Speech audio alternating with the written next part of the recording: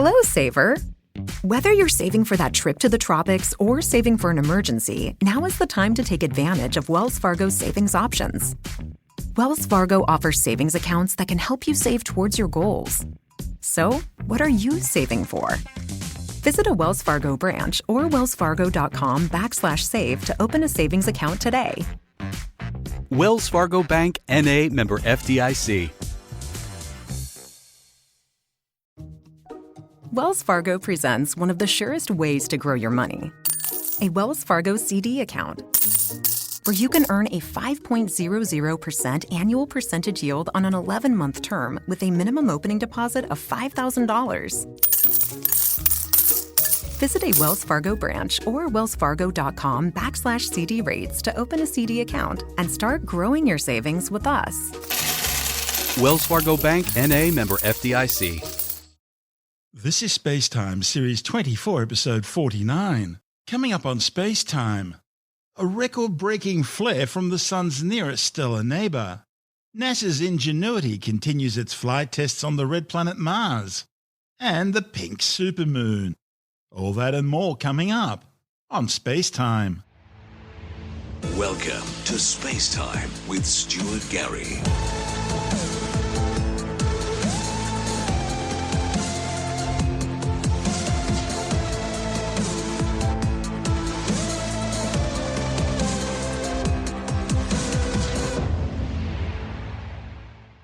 Astronomers have detected one of the most violent stellar flares ever recorded in the galaxy, exploding out of Proxima Centauri, the nearest star system to the Sun.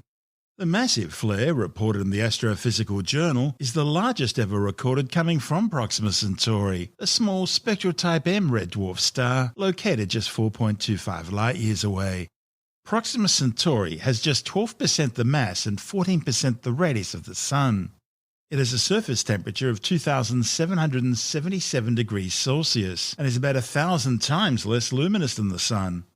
It's known to have at least 2 orbiting planets, one of which, Proxima b, is similar in size to the Earth and orbits within the star's habitable zone. That's the region around a star where temperatures would allow liquid water, central for life as we know it, to exist on a planet's surface. Red dwarfs are the most common type of star in the Milky Way galaxy, making up about 3/4 of all the stars in the galaxy. And because they're relatively dim, it's easy to find orbiting exoplanets around them. Consequently, they're the most common known source of exoplanets. And for this reason, Proxima Centauri has long been a target for scientists hoping to find life beyond Earth's solar system. However, there's always been a problem with red dwarf stars, and that includes Proxima Centauri. They produce violent flares, spewing out huge amounts of energy and plasma into the surrounding space. Eventually, this would erode away any atmosphere around a nearby planet and would also irradiate anything on the planet's surface. And that includes any hope of finding life on the surface of Proxima b. The study's lead author, Assistant Professor Meredith McGregor from the University of Colorado Boulder, says red dwarfs flare a lot more than stars like the Sun, and astronomers are only now beginning to understand the magnitude and character of their flares. McGregor and colleagues observed Proxima Centauri for 40 hours using 9 ground and space-based telescopes, including the Australia Square Kilometre Array Pathfinder ASCAP, NASA's Hubble Space Telescope, the Atacama Large Millimetre Submillimetre Array Radio Telescope ALMA, and NASA's Transiting Exoplanet Survey Satellite TESS. This marked the first time astronomers have had this kind of multi-wavelength coverage of a stellar flare. As they watched, they saw Proxima Centauri erupt in a massive stellar flare, one that ranks as among the most violent ever seen on a solitary star anywhere in the galaxy. Over a span of just 7 seconds, the stellar flare emitted massive amounts of ultraviolet radiation, quickly growing some 14,000 times brighter. Like solar flares and coronal mass ejections on the surface of the Sun, flares on Proxima Centauri are thought to occur when magnetic field lines near the star's surface twist and snap with explosive consequences. However, the flare emitted by Proxima Centauri was roughly 100 times more powerful than any similar flare ever seen on the Sun. And the thing is, this may not be a rare occurrence on Proxima Centauri, because in addition to the big boom, which occurred on May 1st, 2019, the authors also recorded many other stellar flares occurring during the 40 hours they spent watching the star. McGregor suggests there'll probably be even more weird types of stellar flares coming from Proxima Centauri, which will help demonstrate different types of physics which haven't even been thought about before now. This is SpaceTime. Still to come, NASA's Mars Ingenuity Helicopter continues to set records, flying faster and further in its latest test flights on the surface of the red planet. And we have a new look at the story of the Pleiades 7 sisters. All that and much more still to come on SpaceTime.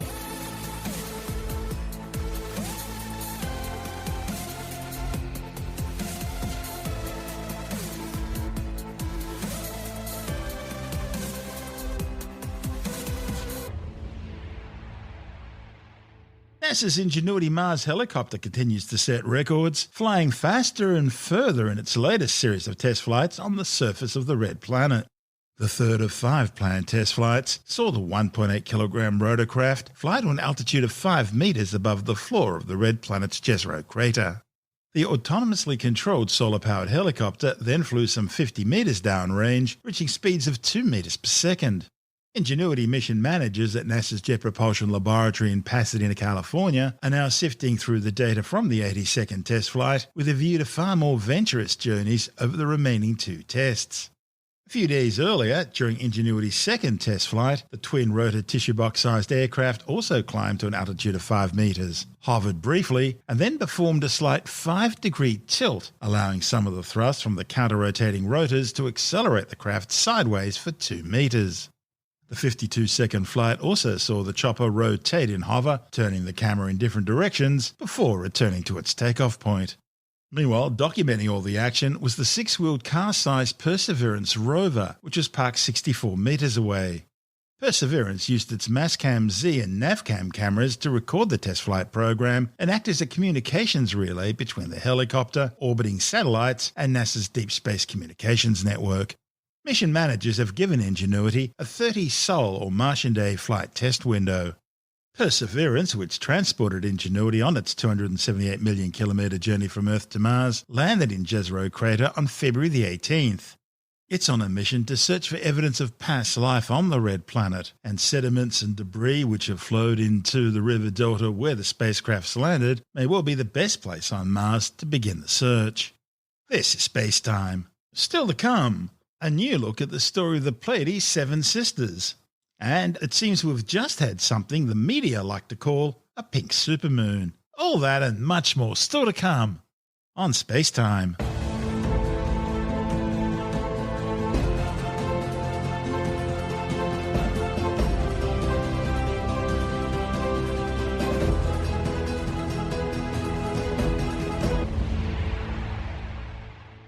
Astronomers have taken a new look at the enigmatic Pleiades open star cluster and how its evolution fits into human mythology.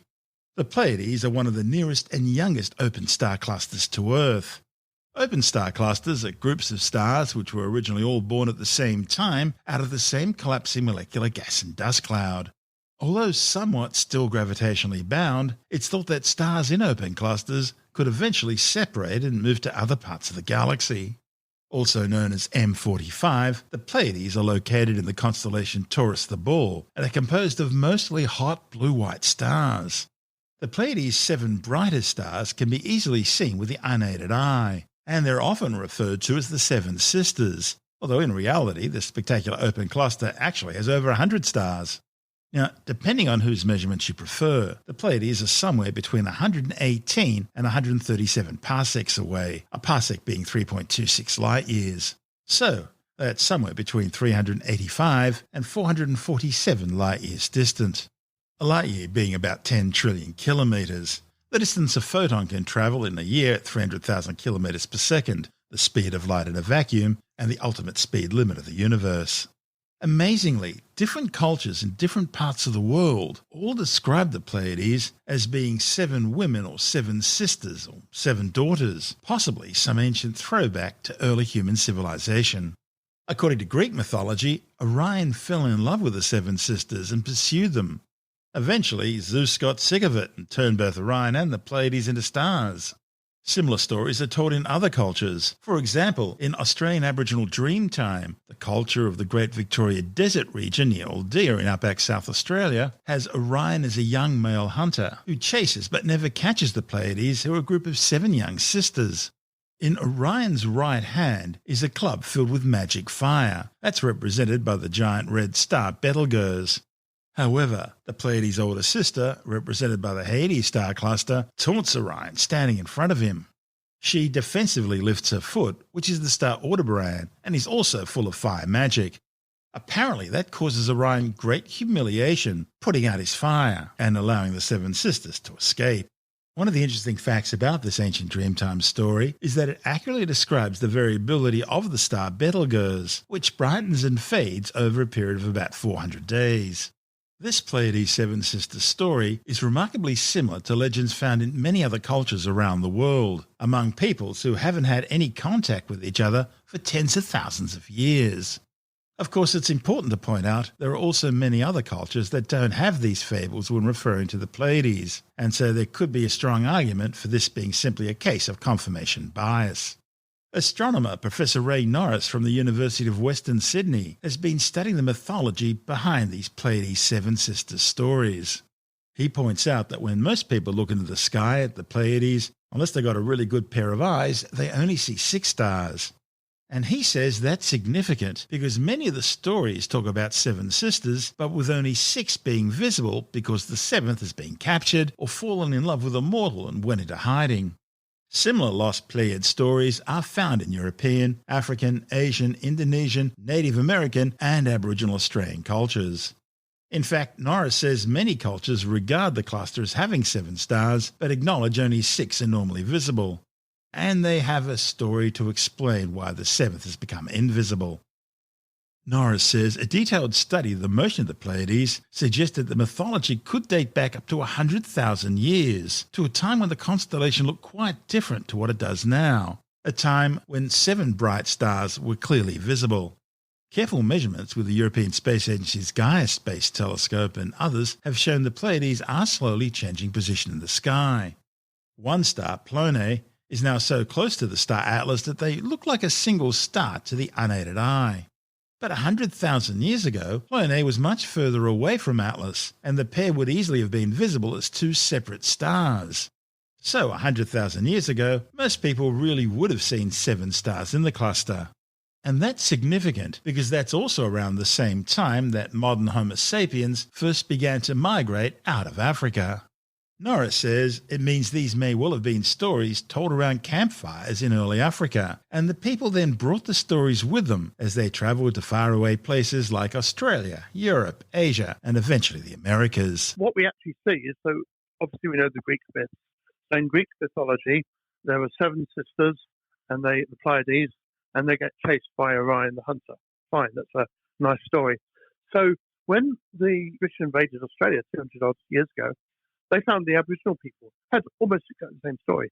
And so all over Australia you have people, firstly talking about the 7 sisters, which is odd because you don't actually see 7 stars there, and yet they called it 7 sisters, same as the Greeks.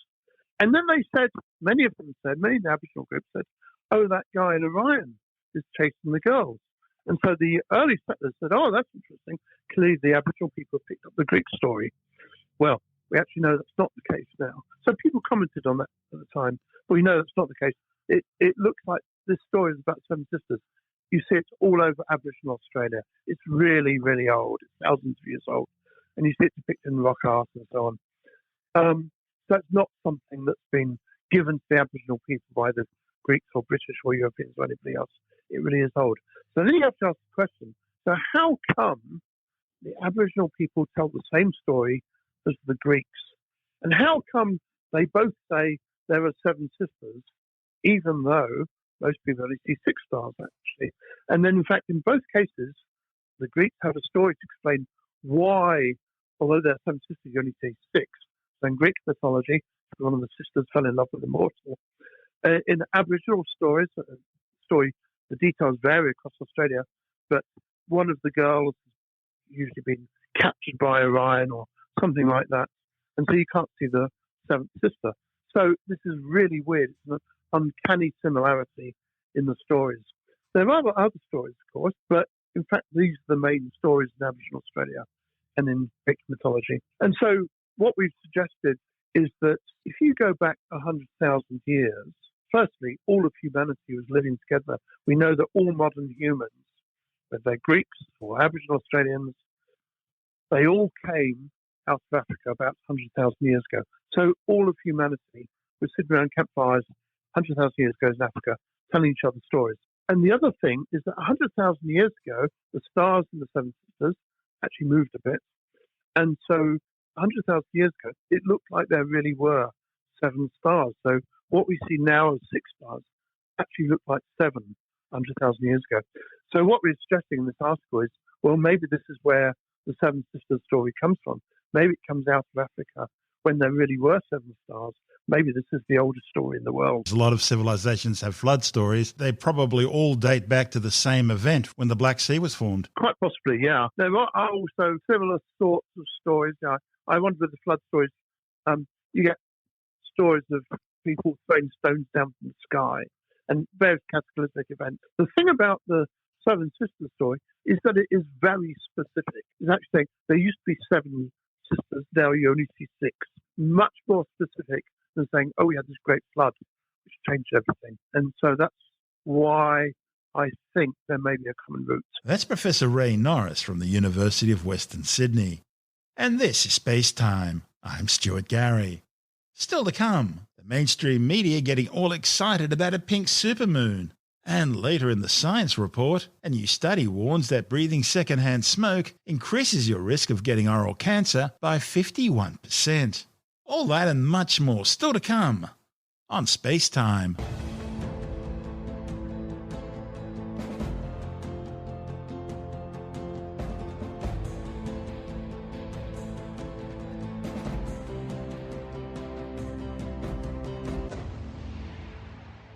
Well, it sounds like the sort of thing they used to do at midnight shift or studio. Hello, Saver. Whether you're saving for that trip to the tropics or saving for an emergency, now is the time to take advantage of Wells Fargo's savings options. Wells Fargo offers savings accounts that can help you save towards your goals. So, what are you saving for? Visit a Wells Fargo branch or wellsfargo.com/save to open a savings account today. Wells Fargo Bank, N.A., member FDIC. 54, but we've just had something making a big splash in the media, which they're calling a pink supermoon. The term supermoon is a trendy name adopted by mainstream media looking for clickbait to describe the perigee full moon. That's when the moon is at its closest orbital position to the Earth during a full moon. See, on average, the moon orbits the Earth at a distance of roughly 384,400 kilometres. But the moon's orbit around the Earth isn't a perfect circle, it's slightly elliptical. That means one part of the moon's orbit will be a little bit closer to the Earth, about 357,000 kilometres, that's known as perigee. And another part of the orbit will be a bit further away, around 406,000 kilometres, that's called apogee. So the difference is about 5% closer or further away than average. The exact distance to perigee and apogee also vary due to other factors, such as whether the lunar orbit's long axis is pointed towards the Sun. Also, the moon's orbital extremes are greatest between November and February each year, when the Earth's orbit places the planet and its moon closer to the Sun. See, Earth's orbit around the Sun is also elliptical by almost 2%, with perigee occurring in January, and therefore the Sun's gravitational influence is greatest during this time. Now, the thing is, supermoons really aren't all that uncommon. They usually occur in groups of 3, about every 13 months in 18 days. That means every 14th full moon is a supermoon. Now, while a perigee full moon or supermoon can look around 14% larger and 30% brighter, you really wouldn't notice the difference unless someone told you. And even then, any size difference perceptions that you do have would more likely be due to your imagination. In reality, you need some serious astronomical equipment to measure the difference. Also remember, a full moon always looks unusually large and bright when it's near the horizon. That's an effect known as moon illusion. One of the consequences of perigee full moons, or a perigee new moon for that matter, would be a noticeable increase in tides. Many factors influence tidal heights at a given location. although they're usually highest, known as spring tides, at full or new moon when the Sun, Earth and Moon are all aligned. So a perigee moon, being a bit closer than average, would also result in slightly higher high tides than average. So where did this term supermoon originate? Well, its history goes all the way back to 1979 by an astrologer, not an astronomer. Now, for those unfamiliar with the difference between the two, an astronomer is a person who studies space and the cosmos using the scientific method to learn about the universe. An astrologer, on the other hand, is a person who uses inaccurate positions for constellations, planets and other celestial bodies at different times of the year to tell other people about their character or to predict their future.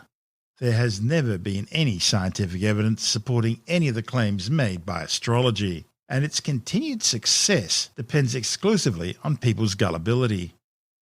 Now, because true perigee full moons don't occur all the time, but only once every 14 full moons, trendoids have modified the term supermoon to describe any full moon within 90% of perigee, something else mainstream media were quick to adopt.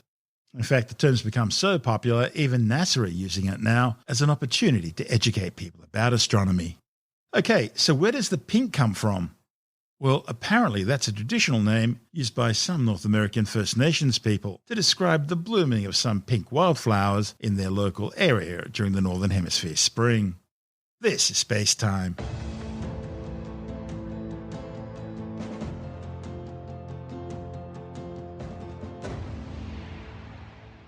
And time now to take a brief look at some of the other stories making news. Hello, Saver.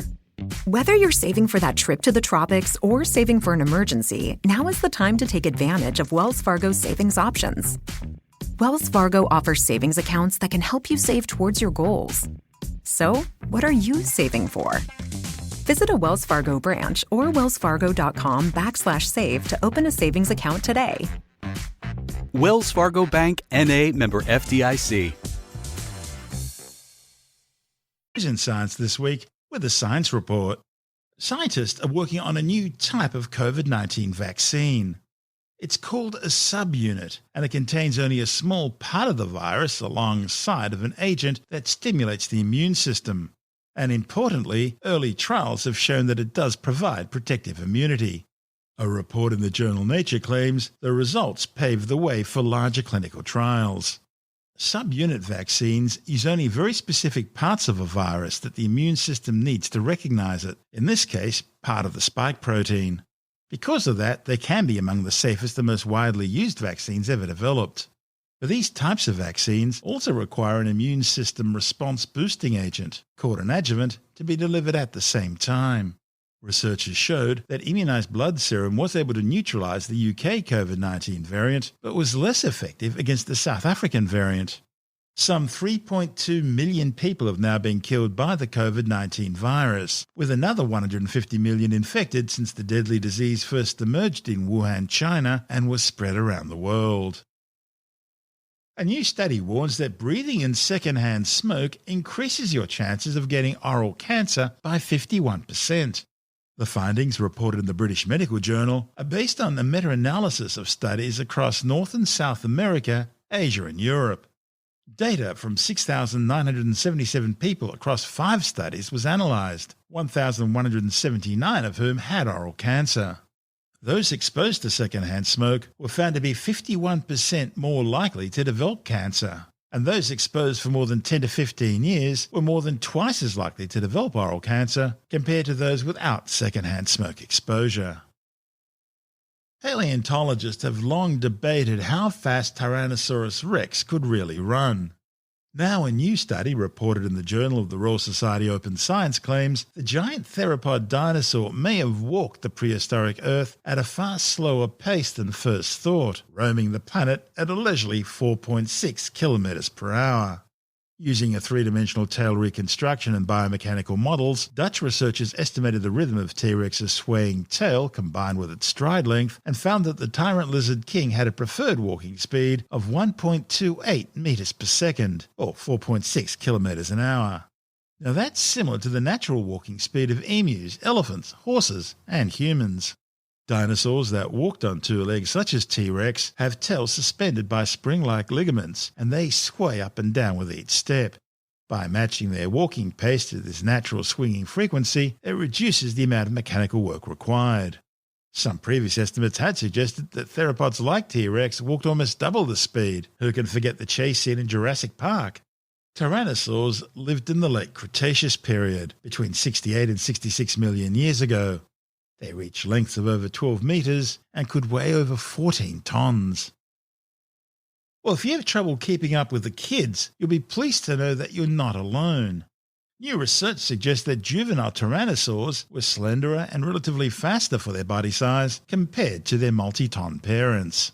The findings, reported in the Journal of Vertebrate Paleontology, analysed a collection of 72.5 million-year-old fossilised tyrannosaur footprints believed to belong to members of the same species but of different ages. The results suggest that as tyrannosaurs grew older and heavier, their feet also became comparatively more bulky. The smaller tracks were slender, while the bigger tyrannosaur tracks were relatively broad, with a much larger heel area needed to support increasing body mass. The authors say the tracks suggest the juvenile tyrannosaurs would have been much faster and more agile for their body size in comparison to their adults, as the relative speed of these animals decreased with age. Magnesium sulfate, better known as Epsom salts, is a household chemical with many traditional uses, including bath salts. Occasionally it's also used as medication, although many of its claims have never been scientifically confirmed. Now the tiny Pacific nation of the Cook Islands is being targeted by shonky snake oil salesmen pushing Epsom salt cures. Tim Mendham from Australian Skeptics says the Cook Islands coroner is now examining a fatality linked to the use of Epsom salt solutions as an alternative medicine. And the nation's health department has issued urgent warnings to people not to use Epsom salts in place of medication prescribed by their doctor. Epsom salts are used in cleaning a lot, so the suggestion is that if you might have a particular condition, why not clean it out with a good dose of Epsom salts? It is used for various conditions as a laxative. So, you take a dose of salts to clean yourself out, but that is not something you do lightly, and people suggest that you have to be under some sort of, maybe checked out, etc., under some sort of doctor or nurse who's going to look at you and say, yeah, it's okay, and to keep a watch, make sure it's done safely. But there are people out there promoting Epsom salts as basically a cure-all for all sorts of diseases and conditions. And the Cook Islands has got a specific problem with Epsom salt cures at the moment. Cook Islands is probably just one place of many where people are not necessarily prepared or don't have the information they need to take on board proper medical treatments. They might not have the facilities, or they might have a distrust of government bodies, and that might be encouraged, or they might be under the sway of religious groups. They're certainly probably under they're victims of cranks and quacks. The measles outbreak a year or so ago, 2 years ago, in Fiji was a classic case. Now, that had a particular cause because a couple of nurses misdosed some children and they unfortunately died. But there was basically not the vaccine, it was the way it was implemented and given out. But that caused a huge anti-vaccination movement within Fiji, and the vaccination rate dropped from reasonable, the 80s or 90s, way down to about 20 or 30% of people. And then when measles hit, they were hit very, very badly. And of course, what happened then was that the anti-vaxxers came on board and said, see, vaccination, this is what it does to you. It's not going to cure you. Unfortunately, people in those places are especially prone to anti-vaccination, as they are in most developed nations as well. That's Tim Mendham from Australian Skeptics.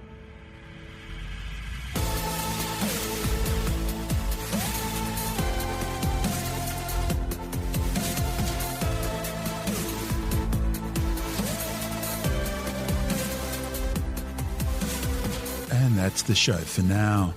SpaceTime is available every Monday, Wednesday and Friday through Apple Podcasts, iTunes, Stitcher, Google Podcast, Pocket Casts, Spotify, Acast, Amazon Music, Bytes.com, SoundCloud, YouTube, your favourite podcast download provider, and from spacetimewithstuartgary.com.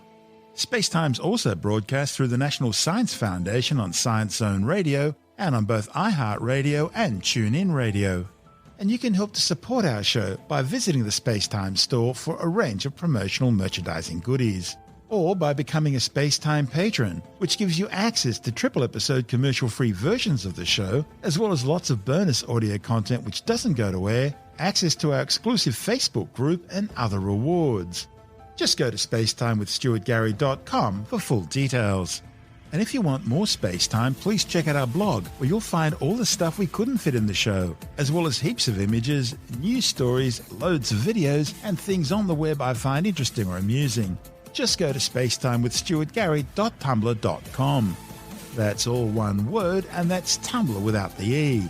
You can also follow us through @StuartGary on Twitter, @SpaceTime with Stuart Gary on Instagram, through our SpaceTime YouTube channel, and on Facebook, just go to facebook.com/SpaceTime with Stuart Gary. And SpaceTime is brought to you in collaboration with Australian Sky and Telescope magazine, your window on the universe. You've been listening to SpaceTime with Stuart Gary. This has been another quality podcast production from Bytes.com. Hello, saver. Whether you're saving for that trip to the tropics or saving for an emergency, now is the time to take advantage of Wells Fargo's savings options. Wells Fargo offers savings accounts that can help you save towards your goals. So, what are you saving for? Visit a Wells Fargo branch or wellsfargo.com/save to open a savings account today. Wells Fargo Bank, N.A., member FDIC. Wells Fargo presents one of the surest ways to grow your money. A Wells Fargo CD account, where you can earn a 5.00% annual percentage yield on an 11-month term with a minimum opening deposit of $5,000. Visit a Wells Fargo branch or wellsfargo.com/CD rates to open a CD account and start growing your savings with us. Wells Fargo Bank, N.A., member FDIC.